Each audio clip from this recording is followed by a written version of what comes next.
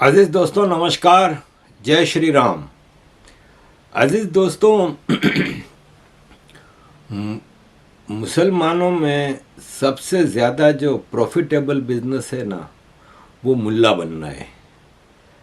آج سے 100-150 سال پہلے یہ حالت ہوتی تھی کہ مسجد کا ایک ملا ہوتا تھا نا، اس کو محلے کے لوگ کھانا بھیجتے تھے اور وہ اسی کھانے پہ اس کا گزارا ہوتا تھا، اور سب سے غریب ہوتا تھا ملا ہوتا تھا۔ لیکن انگریزوں کے دور میں ملاؤں کو وہ طاقت ملی، عام چھوٹی چھوٹی مسجدوں کے ملاؤں کو طاقت ملی، اور ملتے ملتے 100 سال پہلے تک اتنے زیادہ طاقتور نہیں تھے، لیکن اب اس پاکستان بننے کے بعد اس ریجن میں پاکستان، انڈیا، بنگلہ دیش میں سب سے امیر، سب سے طاقتور ملا بنتا جا رہا ہے۔ عزیز دوستوں، آپ پاکستان کی میں بات کروں تو ایک ملا نہیں دیکھیں گے جو کروڑوں روپیوں کی گاڑی میں نہ گھومتا ہو، جو کروڑوں روپے کے بنگلے میں نہ رہتا ہو، جس کو 24 گھنٹے ہاتھ پاؤں دبانے والے لوگ ملتے ہوں۔ یہی ملا ہمیں سادگی کا درس دیتے ہیں۔ جب یہ بھاشن دے رہے ہوتے ہیں نا تو کہتے ہیں کہ پروفٹ محمد سادہ تھے، اپنی روٹی خود بناتے تھے، اپنا پانی کبھی کسی نے اٹھ کے نہیں پلایا، خود ہی پانی پیتے تھے۔ لیکن یہ ملا کبھی اٹھ کے گلاس میں پانی نہیں پیتے، لوگ ان کے مرید ان کو پانی دیتے ہیں، کھانا ایسا کھانا دیتے ہیں، اور وہی کھانا کھا کے یہ بھاشن دینے غریبوں کے پاس جاتے ہیں اور سادہ زندگی کی بات کرتے ہیں۔ عزیز دوستوں، اس انڈیا، پاکستان، بنگلہ دیش میں 70% مسلمان بریلوی ہیں۔ یہ بریلوی جو ہے نا، یہ انگریزوں کا کارنامہ ہے، اور انگریزوں نے بریلویت، جس طرح دیوبندی، اہل حدیث، تبلیغی جماعت، یہ سب انگریزوں کے تحفے ہیں۔ بریلی انڈیا کی ایک جگہ ہے یو پی میں، جہاں پہ یہ احمد رضا پیدا ہوا تھا اور اس نے بریلوی فرقہ بنایا۔ احمد رضا سے، اس کو اعلیٰ حضرت کہتے ہیں، نام لینا بھی پاپ ہے۔ اگر میرا کوئی بریلوی دوست ادھر میرے سامنے آ جائے نا تو وہ میرا قتل کر دے اگر میں نے اس کو احمد رضا کہا ہے تو۔ اعلیٰ حضرت امام احمد رضا رحمت اللہ علیہ کہنا چاہیے، ٹھیک ہے۔ اس سے کسی نے سوال کیا ایک بار برٹش انڈیا میں کہ اگر کوئی شیعہ کسی کنویں میں گر جائے تو پانی پاک ہے کہ ناپاک ہے؟ تو اس نے جواب دیا کہ شیعہ کا پورا جسم ناپاک ہے، نجس ہے۔ نجس مطلب گندگی، بالکل کیچڑ۔ تو شیعہ کا جسم نجس ہے، اور جب تک اس شیعہ کو نکالو کنویں سے اور اس کے بعد کنویں کا سارا پانی نہ نکال لو نا، تب تک وہ پانی صاف نہیں ہوتا۔ یہ امام احمد رضا بریلوی کی آپ باتیں پڑھیں اس کی کتابوں میں۔ یہی تو ہے وہ امام جو کہتا ہے کہ زمین گول نہیں چپٹی ہے اور سورج گھومتا ہے زمین کے گرد، اور اس کا سب سے بڑا اس وقت ادارہ ہے دعوت اسلامی۔ دعوت اسلامی آپ کو یاد ہی ہے، انڈیا میں جو سر تن سے جدا والے ہیں یہ سارے دعوت اسلامی کے ہیں۔ یہ پاکستان میں لبیک ہے۔ یہ انتہائی خطرناک قسم کا گروہ ہے۔ یہ پہلے گرین پگڑی والے کے نام سے بنے تھے۔ دعوت اسلامی الیاس قادری نے بنایا ہے۔ اب یہ الیاس قادری میں جانتا ہوں میمن جماعت سے ہے، یہ کوتیانہ سے ہے۔ کوتیانہ ہمارے باٹوا کے قریب گجرات میں گاؤں ہے، وہاں سے ہے۔ فارغ تھا، نہ کوئی سوسائٹی میں عزت تھی، نہ کاروبار تھا، کپڑے کا دلال تھا۔ اس کو کسی نے سمجھا دیا کہ بھائی صاحب سب سے زیادہ دھندا ہے نا اس میں ہے، اور جس نے دھرم نہیں بیچا نا اس نے کچھ نہیں کمایا۔ اس نے پکڑ لیا امام احمد رضا کو، مطلب اس وقت تو امام احمد رضا مر گیا، لیکن اس کی کتابوں کو اور اس کی دعوت شروع کی بریلویت کی۔ آج دعوت اسلامی کا روز کا خالی جو ان کا مرکز ہے، باقی تو پوری دنیا میں ان کے سینٹر ہیں، جو کراچی میں ان کا مرکز ہے، 2 کروڑ روپیہ روز کا خالی ویجز اور اس چیز کا خرچہ ہے روز کا۔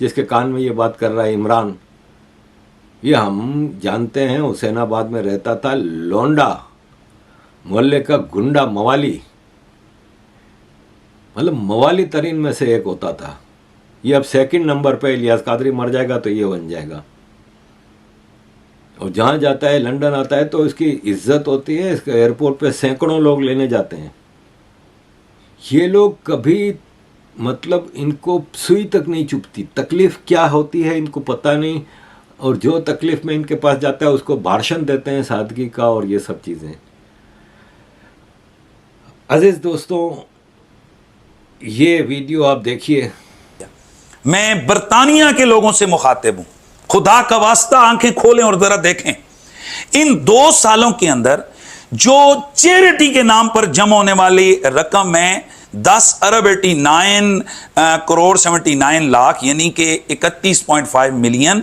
ان 31.5 ملین میں سے صرف اور صرف 50,11,167 پاؤنڈ، یعنی کہ یہ تقریباً 5 ملین پاؤنڈز، یہ رقم ہے 1 ارب 69 کروڑ 92 لاکھ 63,782 روپے، یہ صرف چیریٹی پہ لگائے گئے. ایک دفعہ میں پھر فگر دہرا دیتا ہوں، 31.5 ملینز میں سے صرف 5 ملین ان کے ڈاکومنٹس کے مطابق چیریٹی پہ لگے. یعنی وہ جو روتی دکھاتی مخلوق، اب وہ بھی نہیں پتہ کہاں لگے، لیکن ہم چلیں بدگمانی نہیں کرتے ہیں، نیک گمانی رکھ لیتے ہیں کہ وہ ٹھیک لگے ہوں گے. کہاں لگے ہیں وہ چیریٹی پر؟ غریب، مساکین، بیوہ، جن کے جناب فوٹو دکھا کر، روتے روتے بچے دکھا کر، غریب گری ہوئی جھونپڑیاں دکھا کر جو نام حاصل کی، جس نام پر یہ رقم حاصل کی گئی ہے. برطانیہ کے مسلمانوں، یہ تمہارے ملک کے چیریٹی کمیشن کی یہ رپورٹ ہے. اس کے مطابق 31.49 ملین میں سے صرف اور صرف 5 ملین کے قریب رقم انہوں نے چیریٹی کے اوپر لگائی ہے. باقی کدھر لگائی ہے؟ ماشاءاللہ. آئیے ذرا آپ ڈاکومنٹس کو دیکھتے رہیں اور اس کو پڑھتے رہیں. ان میں سے ان کے جو اپنے کرندے جو انہوں نے پال رکھے ہیں، جو ان کا طریقہ کار ہے کہ یہ ان رقموں کا خرد برد کرنے کے لیے مختلف مدات میں انہوں نے اپنے لوگ گھسیڑے ہوئے ہوتے ہیں، جس کا یہ بڑا سینہ تان کر حبیب اتاری صاحب جیسے لوگ پھر کہتے ہیں ہمارے 33,000 ملازم ہیں. اب دیکھیے ذرا وہ ملازم کہاں کس طرح سے رقمیں حاصل کرتے ہیں. میں پھر فگر دہرا رہا ہوں، 31.5 ملین پاؤنڈز یعنی 10 ارب 89 کروڑ اور 79 لاکھ. اس میں سے صرف جو چیریٹی کے نام پر رجسٹرڈ چیریٹی ہے، چیریٹی کے نام پر ان کا پورا آپ یہاں پڑھ لیں آپ تو چیریٹی کے نام پر رجسٹرڈ ان کی اس تنظیم نے خرچہ کتنا کیا چیریٹی کے نام پر؟ صرف 5 ملین. اب یہ عوام برطانیہ ان سے پوچھے کہ ہم سے چیریٹی کے نام پر لیے ہیں تو لگائے کہاں ہیں؟ بہرحال چلیں آگے دیکھتے ہیں انہوں نے کہاں لگائے. ان میں سے سر آپ کے ہوش اڑ جائیں گے، انہوں نے جو آپس میں بندر بانٹ کیے، آپس میں مفتیوں کو، ملازموں کو سیلریز کے نام پر جو انہوں نے رقم بانٹی ہے، وہ کتنی ہے؟ 1 کروڑ 49 لاکھ 29,237 پاؤنڈز، یعنی 5 ارب 16 کروڑ 55 لاکھ 16,002 روپے. 5 ارب 16 کروڑ روپے انہوں نے کس در بانٹ دیے؟ اس چیریٹی کی رقم میں سے. یہ ان کے ڈاکومنٹس کے مطابق انہوں نے اپنے ملازموں میں کہ کہا جی کہ ہم نے ملازموں کو چلو جی تنخواہ دے دی، اوکے جی ہو گئی. لیکن آگے بڑھیں، سٹاف NIC کی مدد میں، یعنی وہ ملازم کوئی اور ہیں اور سٹاف کوئی اور ہے نہیں، وہی ہیں. تو پھر دیکھیں اللہ تعالی میں آپ کو بتا رہا ہوں، سٹاف NIC کی مدد میں انہوں نے جناب پھر رقم خرچ کی ہے 9,16,334، یعنی یہ تقریباً 1 ملین کے قریب رقم ہے. 31 کروڑ 70 لاکھ 51,564، یعنی یہ بھی مڑ کے انہی اپنے ملازموں پہ یہ بھی خرچہ. اچھا، سٹاف پینشن، معزز ناظرین برطانیہ کے مسلمانوں، وہ جو تمہارا چندہ ہے نا، ذرا دیکھنا کدھر جا رہا ہے. سٹاف پینشن کی مد میں انہوں نے جناب خرچہ کیا ہے، صرف یہ میں 2 سالوں کا بتا رہا ہوں، پوری زندگی کا نہیں، صرف 2 سالوں کا. وہ کتنے؟ 5 کروڑ 91 لاکھ 45,240، یعنی وہ جو اوپر 5 ارب 16 کروڑ ہے، یہ رقمیں اس سے علاوہ ہیں، یہ جو میں بھی آپ کو بتا رہا ہوں. پھر انہوں نے کیجول ویجز کے بعد میں انہوں نے جناب والا خرچہ کر دیا ہے 9,53,21,270، یعنی یہ بھی پھر مڑ کے انہی اپنے کرندوں پر یہ خرچہ بھی آ گیا، نام چینج کر دیا گیا، کاغذوں کا پیٹ بھر دیا گیا۔ آگے آئیے، سٹاف ٹریننگ کے نام پر 38 لاکھ روپیہ لگا دیا گیا۔ سٹاف ویلفیئر، یعنی دیکھیں نام بدل بدل کے کیسے آ رہے ہیں، سٹاف ویلفیئر کی مد میں 1,47,58,976 روپے کی آ گیا۔ پھر اسی سٹاف کی انشورنس کی مد میں 11,84,72,822 روپے، یعنی 34,02,407 پاؤنڈز، یہ کس کی مد میں؟ اسی عملے کی، وہ جو ان کے کرندے ہیں ان کی انشورنس کی نام پر یہ رقم آ گئی، یہ ان کے اللہ تعالی۔ اچھا آگے بڑھیے، رینٹ کی مد میں 24,39,00,000 روپیہ انہوں نے خرچہ کر دیا۔ پانی اور بجلی کی بل کا جو جمع کروایا مد میں، معزز ناظرین ذرا کھول کے سنیے، وہ کتنا ہے؟ 36,16,24,668 روپے۔ یہ صرف دعوت اسلامی کی یو کے کی چیریٹی نے، یہ ماشاءاللہ سبحان اللہ برطانیہ کے مسلمانوں کی جو والدین کے ایصال ثواب کے لیے اور سبحان اللہ جذبے سے وہ ڈبوں میں جہاں تم ڈالتے ہو، اور تمہارے حال ہی یہی ہونا چاہیے، تمہارے گاؤں کے مدرسے اجڑ گئے، تمہارے گاؤں میں غریب لوگ مر گئے۔ اس نے ڈیٹیل میں بتایا ہے کہ کس طرح دعوت اسلامی کی کرپشن اور کیا کیا ہوتا ہے۔ عزیز دوستوں، میں اور آپ کو ڈیٹیل میں لے کے جاؤں گا، کافی لمبی پھر ویڈیو ہو جاتی ہے، لوگ انٹرسٹ نہیں لیتے۔ میں آپ کے سامنے ایک اور چیز رکھتا ہوں۔